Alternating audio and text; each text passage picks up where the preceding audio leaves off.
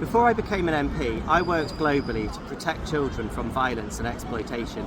And I think it should be clear from the work I've done since being elected, from campaigning successfully to extend free school meals, to the work I've done on special educational needs, that nothing matters more to me than the welfare and well-being of our children.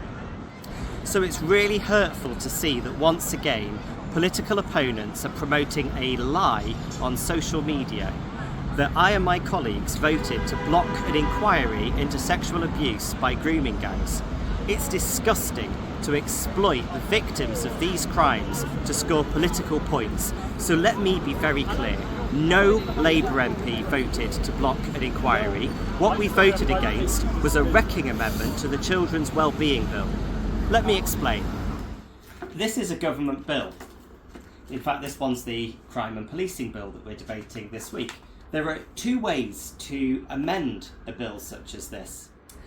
One of the ways that we amend a bill is through adding an entire new clause, such as this one here, which is a new clause to the bill on commercial sexual exploitation. So another way we amend a bill is to propose alterations to a specific clause, either to widen its scope or alter its meaning. An example is here. This is Amendment 22 on the bill, which, as you can see, I supported.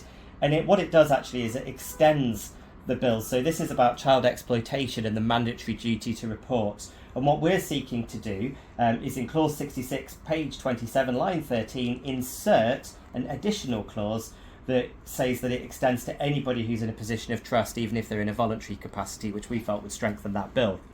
So about that famed grooming gang inquiry amendment, it wasn't an amendment at all, in the sense that it didn't seek to add a specific clause to the bill or to alter a clause, but rather it's what's called a wrecking amendment to destroy the bill entirely. Let me show you what I mean. This is the amendment. It's called a reasoned amendment, which, if you look at the very first line, it says that this House declines to give a second reading to the Children's Wellbeing and Schools Bill. If that line were followed, it deletes the entirety of the bill and says that the bill goes no further. It blocks its progress through the House of Commons and means that it cannot be voted on again. Anything that comes under this then becomes irrelevant because the bill no longer exists because it declines to give a second reading.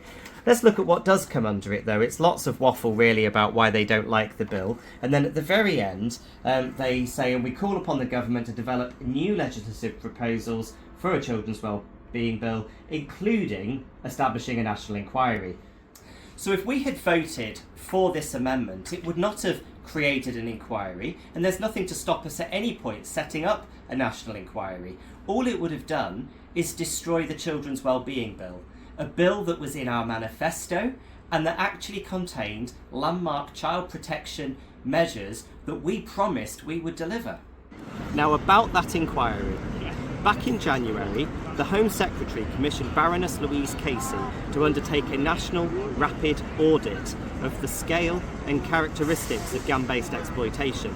She specifically asked her to look at the issue of ethnicity and the cultural and social drivers of this type of offending, and she asked her to advise on what further reviews, investigations and actions would be needed to address the current and historic failures that she found. That audit has now been completed and it's made 12 recommendations, all of which the government plans to implement in full.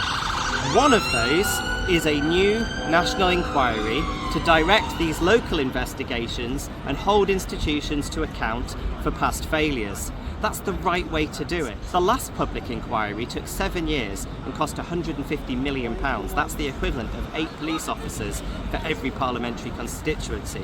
So it's absolutely right that the government took this approach of, first of all, a national audit, looking at what the questions are, what the gaps in our knowledge are, and now we're acting on that to make sure that we get the answers that the country needs, in addition to also increasing prosecutions. And because of the actions taken in January, a further 800 cases have now been opened and are being investigated for criminal prosecution. There is no way that I or any of my colleagues would ever want to see a repeat of what we've seen in some of these local authorities. We're absolutely determined to get to the bottom of it, but it has to be done in the right way, not by pathetic point scoring from politicians who did nothing in their 14 years in power.